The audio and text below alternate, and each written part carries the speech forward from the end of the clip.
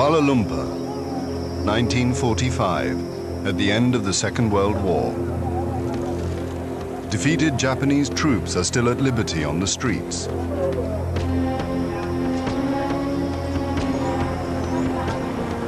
September the 13th, General Yashuri Ishiguro formally surrenders all Japanese forces in Malaya to British General Bouverie Roberts.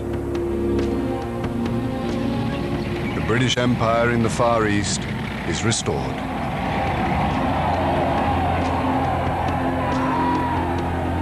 Empire troops march in celebration.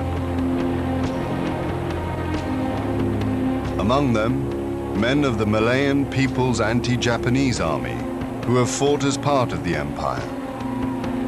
But within 3 years, many of these soldiers will be involved in a bitter struggle against British forces in an attempted communist takeover of Malaya.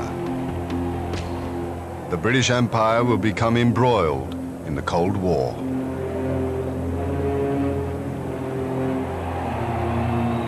Winston Churchill, 1946.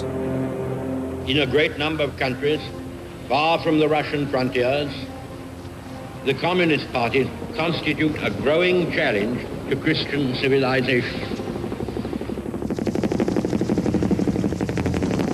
In October 1951, Sir Henry Gurney, the British High Commissioner in Malaya, is killed in an ambush.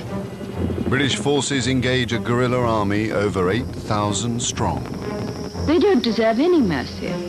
They have committed such terrible atrocities. They are just like wild beasts.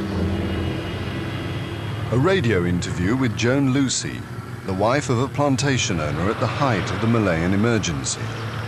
The European owners of the vitally important rubber industry are an obvious target for the communist terrorists.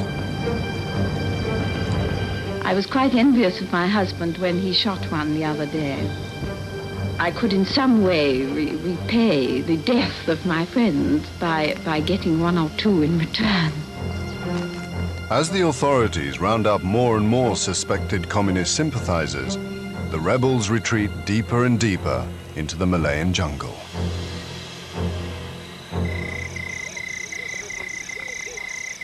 Bruce Leeming, a 19-year-old lieutenant with the Highland Light Infantry, on his first jungle mission, April 1953. Patrolling and sleeping in the jungle. Torrential rain, swamps, leeches, mosquitoes, prickly heat all over our skins. We haven't stopped sweating since we left Aden. I dream constantly of frost and snow. Oh, to walk free in the kilt again, instead of this clinging, sodden, jungle green kit.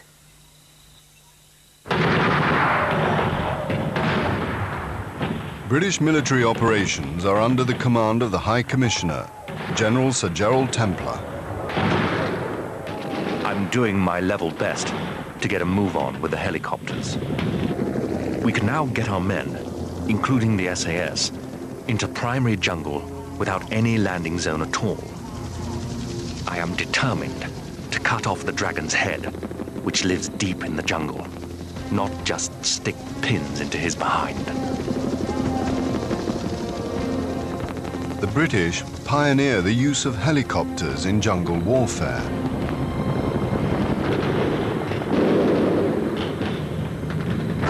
Over 45,000 Empire troops are deployed.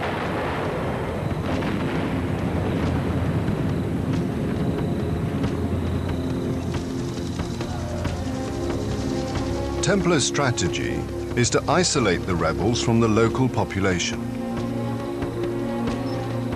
The natives hold the key to the deep jungle. Without native food, the terrorists can't survive. The answer is not more and more troops into the jungle, but winning the hearts and minds of the Malayan people.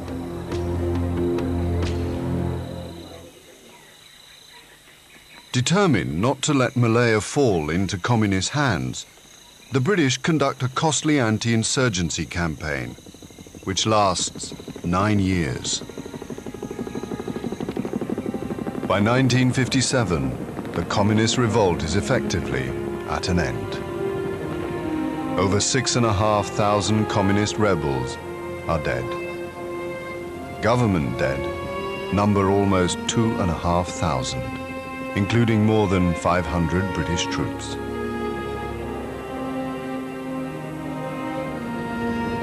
In the same year, Britain grants Malaya its independence.